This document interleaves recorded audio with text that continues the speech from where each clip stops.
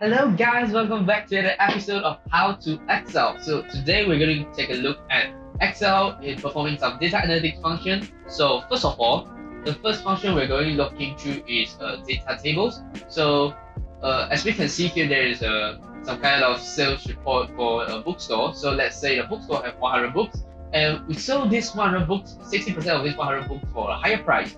And so the remaining 40% will be sold at a low price and we will get a profit of $20.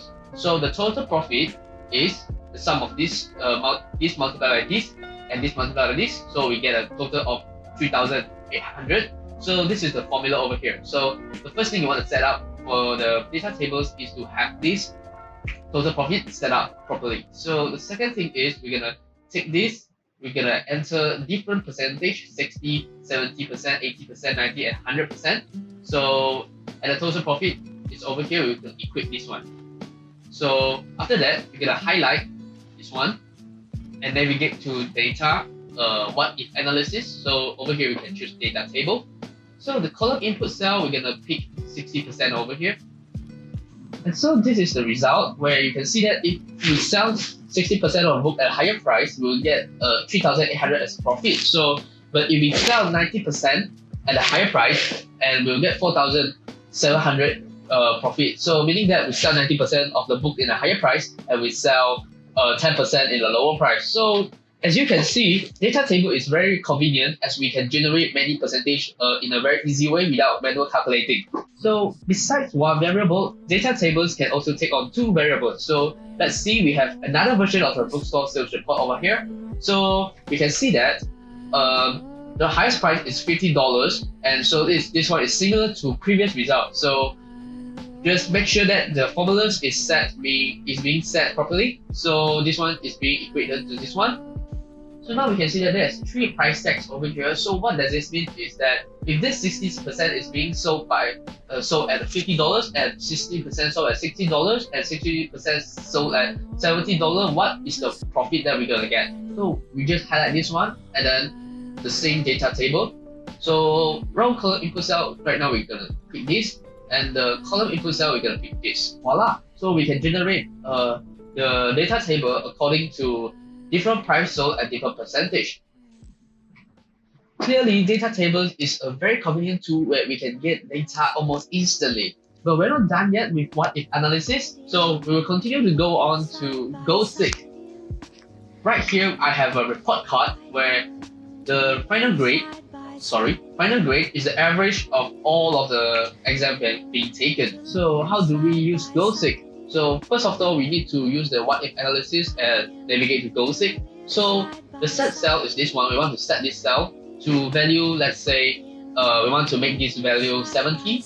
So by changing which cell, so this cell, and when we click OK, it will try to find the value that is going to make the final grade into 70. So the required marks for exam 4 is 90 marks, so that the final grade can get 70 marks. Isn't that great? So we are done with what if analysis. Alright, so the next thing we're going to talk about today is solver. So what is actually a solver?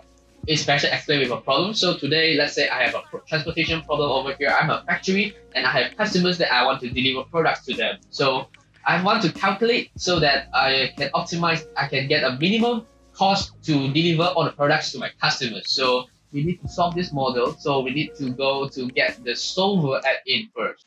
Okay, so this is the solver. So what we need to do now is we have to select the objective. So the objective we need to set to this total cost.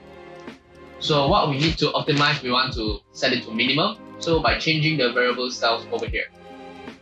Alright.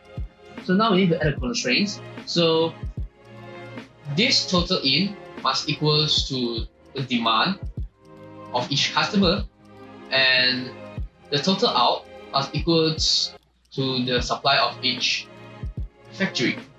Okay, so once everything is being configured, so now we can run the solver. So let's try solving this model.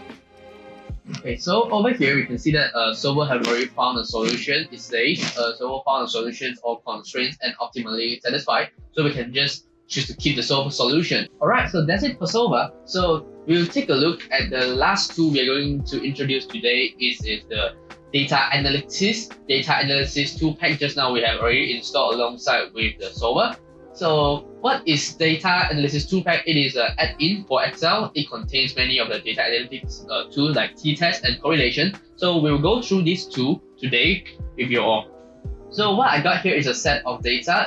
This number indicates the hours of study for each party. So we have female and male here. So what we want to test over here is to test that whether a female or male study more than the others. So we want to run a t-test over here.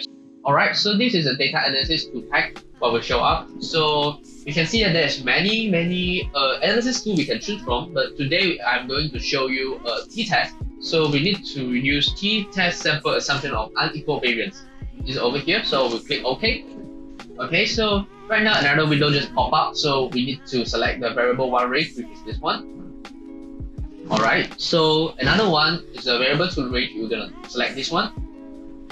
Okay, so we can see that there's some customization with Excel over here, but we're not going through that one. So output range I can select over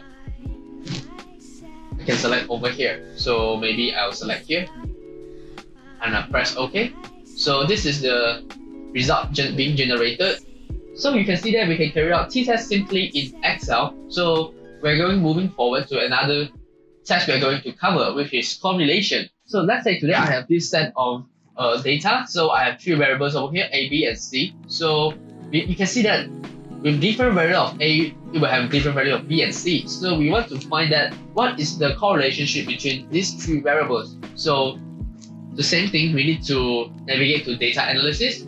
Okay, so over here we can see that we need to find correlation. So okay, so it will ask us for the input range. So we will just select this for the input range, and output range we're gonna select just like just now. We need to select an empty space so that it can output its result. Alright, that's it for this episode of How to Excel. So thank you guys for watching. Last but not least, let's think.